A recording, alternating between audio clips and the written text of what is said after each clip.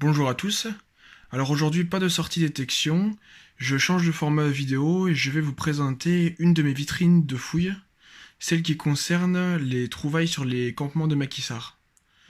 Alors voilà, c'est la majorité, enfin l'intégralité de ces trouvailles que je vais vous présenter ont été faites avec un détecteur à métaux sur des sites où ont eu lieu des combats ou alors des sites où il y avait des campements de maquis pendant la Seconde Guerre mondiale.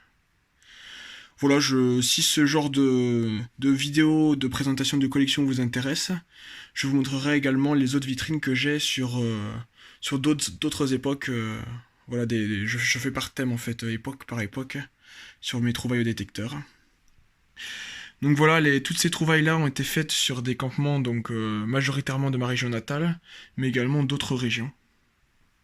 Alors j'ai essayé de regrouper les trouvailles en différentes catégories. Donc la première catégorie, c'est tous les équipements de parachutage ici. Donc là, vous pouvez voir des chargettes de pistolets mitrailleurs Sten, donc les pièces pour mettre les balles dans les chargeurs. Ici, un chargeur de fusil mitrailleur Bren. Alors au fond, nous avons un pack d'explosifs anglais, mais bon, voilà, il est vide. Hein. C'est juste le papier qu'on m'a gentiment donné. Papier d'époque, de plastique, voilà, j'ai retrouvé le nom.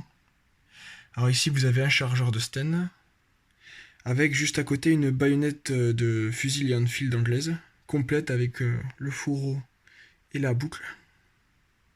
Ici des clips de Leonfield justement, dont un, j'étais assez content, j'en ai trouvé plusieurs dans le même trou avec le reste de cartouchière. En fait, le tissu de la cartouchière était encore sur les clips. C'est assez rare comme trouvaille. Donc ici vous avez un huilier en bakélite que j'ai trouvé à la vue sur un camp. Un huilier pour fusil pareil. En dessous une goupille pour Grenade Mills. Donc là voilà, on a fait à peu près le tour de tout ce qui est parachutage. Il y a également cette clé là au milieu pour démonter les Grenades Mills. Alors ici nous avons l'intégralité d'une sangle d'un parachute. Donc la pièce qui tient le container, la boucle intermédiaire et la boucle qui est reliée avec les sangles de parachute. Donc sachez aussi que sur le fond de ce côté-là, on a de la toile de parachute qu'on a trouvée dans une poubelle de maquis, une bande de toile de parachute que j'ai pu récupérer. Voilà, ici des boîtes de dessicateurs anglaises. Au milieu, donc un morceau, la moitié d'un conteneur à détonateur de Grenade Mills. Alors voilà, j'ai un détonateur aussi au milieu, mais sachez qu'il est vide. Hein. De toute façon, je stocke pas de choses dangereuses. Hein. Je stocke que des pièces qui sont inertes. Donc ici quelques boucles de sangles anglaises, des sangles de Sten et de fusil Enfield. Ici une boucle de ceinturon français, donc là on a 2-3 petites choses françaises. Ça c'est un œillet de masque à gaz français. J'ai mis quelques cartouches, ici un clip de MAS 36. À côté un clip de Moser K98. Et ici donc là un morceau de bande de mitrailleuse Hotchkiss. Malheureusement très incomplet, ces bandes là étaient beaucoup plus longues. Un clip de Lebel français, que j'ai aussi trouvé sur les camps. Et juste au-dessus de ce que je viens de vous présenter, on a tout ce qui est allemand, Seconde Guerre. Donc en général, c'est des choses qui appartenaient à des prisonniers. Donc on a 2 plaques d'identité, une plaque d'identité d'un soldat et une plaque d'un prisonnier de guerre, celle rectangulaire, pardon. Ici, un insigne de blessé allemand, un signe noir. Au-dessus, une de mes plus belles trouvailles en campement de maquis en niveau allemand. Il s'agit en fait d'un aigle de casquette d'officier allemand, mais un aigle qui a été fait artisanalement. On peut voir les traces de marteau, de mortelage sur l'aluminium. Je pense que l'officier a dû perdre le sien et il a dû en fabriquer un ou le fabriquer lui-même avec un morceau d'aluminium qu'il a trouvé quelque part. Donc c'est vraiment super trouvaille unique. Juste à côté, donc un morceau de roquette de mortier allemand. Donc ici on a la fameuse baïonnette des années 1840 que j'ai trouvée dans une de mes vidéos, vous pourrez voir. Avec à côté le tube pour le masque à gaz français. Alors en haut, donc là j'ai un numéro 7, je sais pas ce que c'est, je crois que c'est un numéro de plaque d'immatriculation de véhicule, peut-être. Je l'ai mis avec, je sais que c'est d'époque. Mais... On a également un bouton de radio juste ici. Alors là, une plaque où c'est marqué jaune, alors je sais pas du tout ce que c'est. Je pense que c'est d'époque aussi, hein, ça vient sur le même secteur, mais si vous avez une idée, alors là, dites-le moi. Ici, quelques briquets civils, dont un assez sympathique avec quelques décorations. On peut voir deux personnages gravés dessus.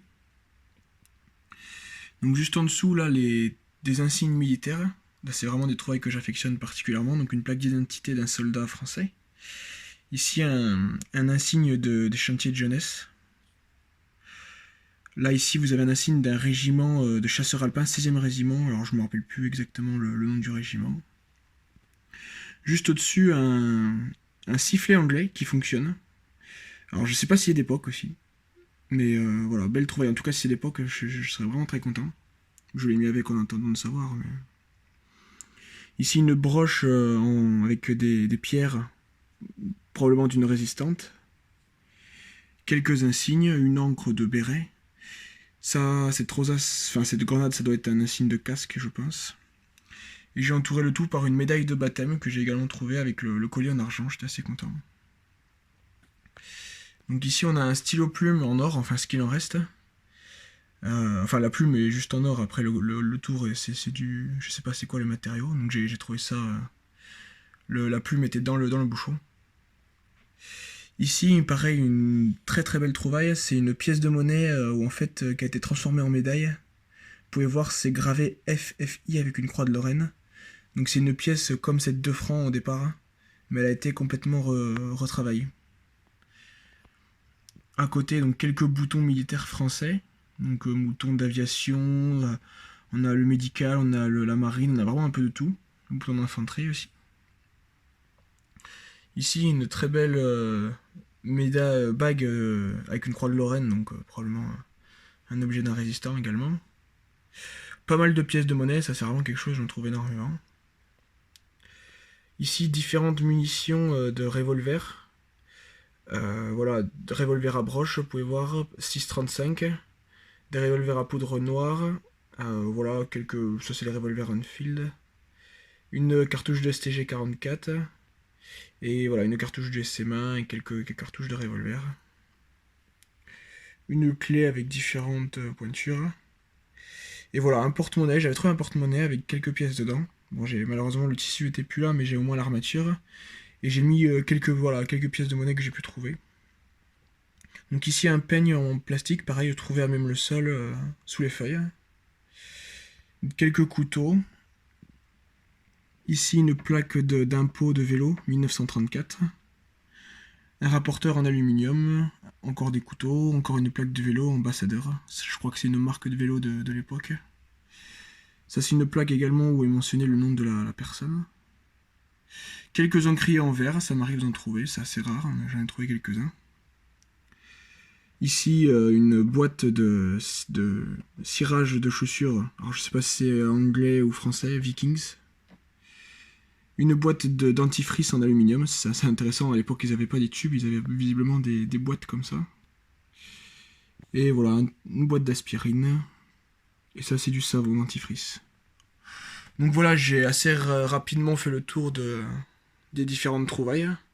Après voilà, si vous avez des questions ou si vous voulez en savoir plus sur 2-3 pièces là-dedans, n'hésitez pas à venir en commentaire. Moi, c'est avec plaisir que je partage ça avec vous. Et si ce format vous plaît, n'hésitez pas à liker cette vidéo, n'hésitez pas à vous abonner. Et moi je verrai, suivant l'audience, si je fais également d'autres vidéos de présentation de vitrines, parce que voilà, j'en ai encore quelques-unes ici et j'en ai également ailleurs. Merci à tous d'avoir suivi cette vidéo, merci pour votre intérêt. Quant à moi, je vous dis à une prochaine vidéo. A bientôt.